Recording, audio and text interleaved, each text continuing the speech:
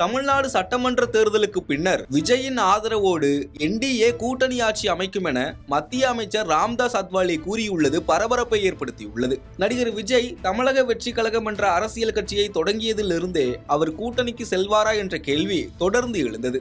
அதிலும் கரூர் சம்பவத்துக்கு பின்னர் அதிமுக தலைவர்கள் வெளிப்படையாகவே தாவேகாவுக்கு ஆதரவாக கருத்து தெரிவித்தனர். மேலும் அந்த கட்சியின் பொதுச் செயலாளர் பழனிசாமி கூட்டணிக்கு அச்சாரம் போட்டு விட்டதாகவே கருத்து தெரிவித்திருந்தார். பாருங்க, கொடி பறக்குது.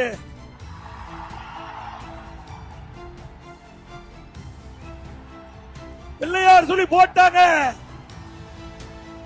எழுச்சி ஆரவாரம். இதனை தொடர்ந்து பாஜகவே நேரடியாக தாவேகாவுடன் பேசி வருவதாகவும் அக்கட்சிக்கு 80 இடங்கள் வரையும் துணை முதல்வர் பதவி வழங்கவும் பாஜக முன்வந்ததாகவும் செய்திகள் வெளியாகின. தாவேகா மாவட்ட செயலாளர்கள் கூட்டத்தில் 90க்கும் மேற்பட்ட மாவட்ட செயலாளர்கள் என்டிஏ கூட்டணியில் சேர்ந்து தேர்தலில் போட்டியிடலாம் என்று கூறியதாகவும் செய்திகள் வெளியானது. இதனிடையே தாவேகா பொதுக்கூட்டத்தில் பேசிய தாவேகாவின் தேர்தல் மேலாண்மை பொதுச் செயலாளர் ஆதவர்ஜுனா 90 தொகுதிகள் வரை தருவதாகவும் ஆளுக்கு 2.5 ஆண்டுகள் முதல்வராக இருக்கலாம் எனவும் பேரம் பேசப்பட்டதாகவும் கூறியிருந்தார். நம்ம அண்ணனுக்கு பல்வேறு சொல்றாங்களே ஆஃபர்லாம் கொடுத்தாங்க. 50-50, நீங்க 90 நான் 90, நீங்க முதலமைச்சர் 2.5 வருஷம் நான் முதலமைச்சர் 2.5 வருஷம், எல்லா ஆஃபரும் கொடுத்தாங்க.